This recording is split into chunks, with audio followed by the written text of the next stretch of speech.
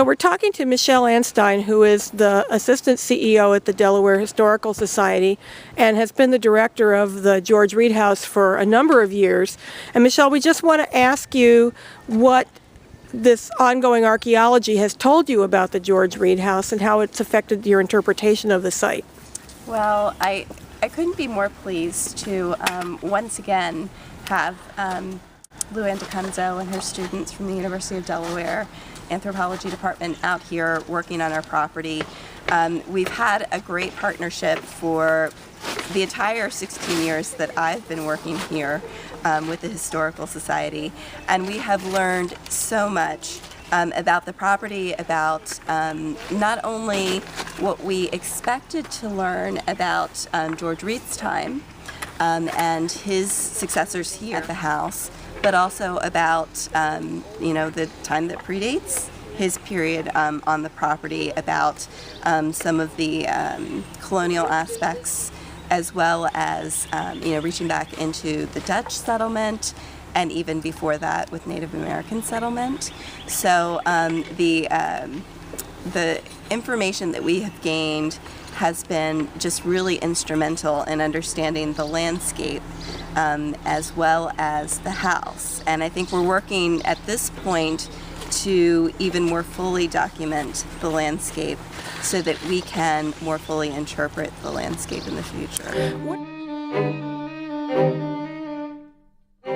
I started here in 1993, and we did a series of field projects mostly in the summers through 1999, and then spent most of the rest of the years catching up on all of the lab work and reports. And we would come out occasionally and do a small project, but this is the first time that we're coming back again with a large group of students and moving beyond the area that we had been working in before.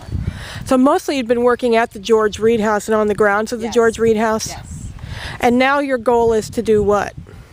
Is to do very much what we were doing on the grounds of the Read House, which is to provide a service to the Delaware Historical Society to let them know what kinds of archaeological resources they have on their property, because you can't manage what you don't know you have. And the only way you can know what you have with archaeology, or in terms of archaeological resources, is to do some testing. So we've been doing that, and then in order to help us understand what we're seeing and what we're finding, we're doing the historical research so we know as much as we can before we start digging. And we're using some of the other tools that archaeologists use to try and understand what might be there before we start digging it up. And the principal one I mentioned before is ground penetrating radar.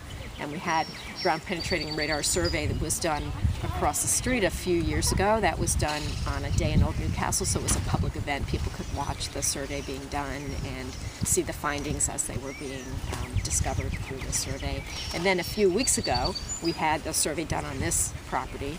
And some of the areas where we're testing now are areas where the survey showed some kind of a buried anomaly, including, I think, the ones that Andrea was speaking of, the potential shoreline that was here in the early 19th century and maybe an earlier one, and then areas where they found what they considered shaft features, filled shaft features of some sort. So we were testing those locations.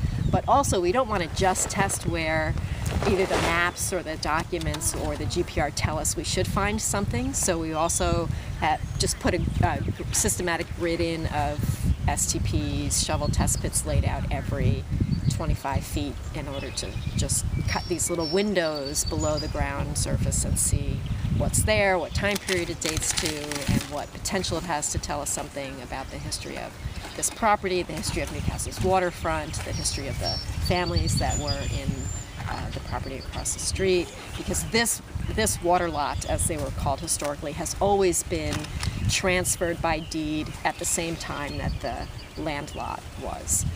That was the tradition, the European and English tradition initially in the 17th and early 18th century.